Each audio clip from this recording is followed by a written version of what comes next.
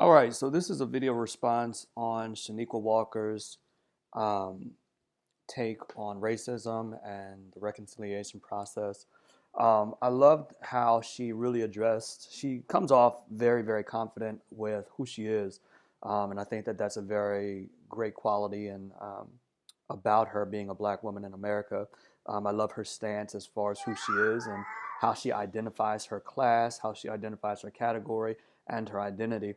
A few things that stood out for me concerning her were that in all her service that black women have done, or all the services that black women have attributed to, say, child rearing, back in the day and even up until now, she attributes the fact that women have done so much, especially black women, and you would think that that would have acquired more respect, but it actually condoned more racism. She spoke about how black women have this very, very strong tendency to be marginalized just because of the color of their skin. They're not necessarily respected for all the services that they contribute to, whether here in America back in the day and even in our modern times and societies.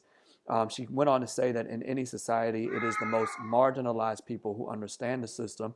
This really stood out to me because when she made mention of that, she made it clear for me that it is a need to know or necessity to know the politics and systems in order that we can avoid being crushed by them or avoid being ruled by them. But of course, in our modern day society, given the systemic racism and given the marginalized categories that many blacks and African Americans have experienced, um, we are set to be at the disadvantage or the disenfranchised, have no real way of coming back up or becoming stable. There's a lot of things that we are ignorant of, which then keeps us marginalized and keeps us disenfranchised. She did a very good rendition of basically how growing up in certain societies and certain cultures have cultivated that disenfranchisement and have kept blacks and African Americans in a systemic marginalized category. She spoke on multiplicity and how the complex cultural background calls for us to peel back the layers to our identities. And so underneath of our color, underneath of all of the things that you see on the outside, there are layers to our identity that add to our categories. For one, for instance, she called herself, or she classifies herself as a middle class, highly educated African American Christian woman who was raised in a working class family in the South.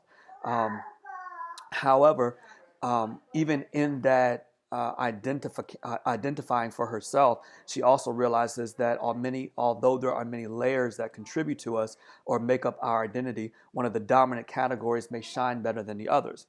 And so, in a predominantly more white gathering, her blackness may stand out more dominantly. But if she goes over to France, so to speak, then her American identity would stand more dominant. This also played a part with even seeing within my wife's life, her being an attractive African American woman when she goes into the working class and the working field because of her background and her experiences and her work history. Being an African American woman, they often side eye her and wonder, how is it that you have all of this experience over and above certain other people? So she, and I've witnessed this myself, her being in certain places or certain corporate America jobs that she's had. Um, Other than that, she spoke on colorism and how colorism plays a major factor in the economy, how dark-skinned blacks earn significantly less than their lighter complected counterparts. I thought that was an interesting perspective given the fact that I'm of the darker color hue. And sometimes you can definitely see the higher tiers among just the class of your color, the class of your skin, or colorism, as she spoke it. And she also touched on how beauty is a form of social capital. Those who are more likely to be attractive essentially earn more wages than those who may be less attractive.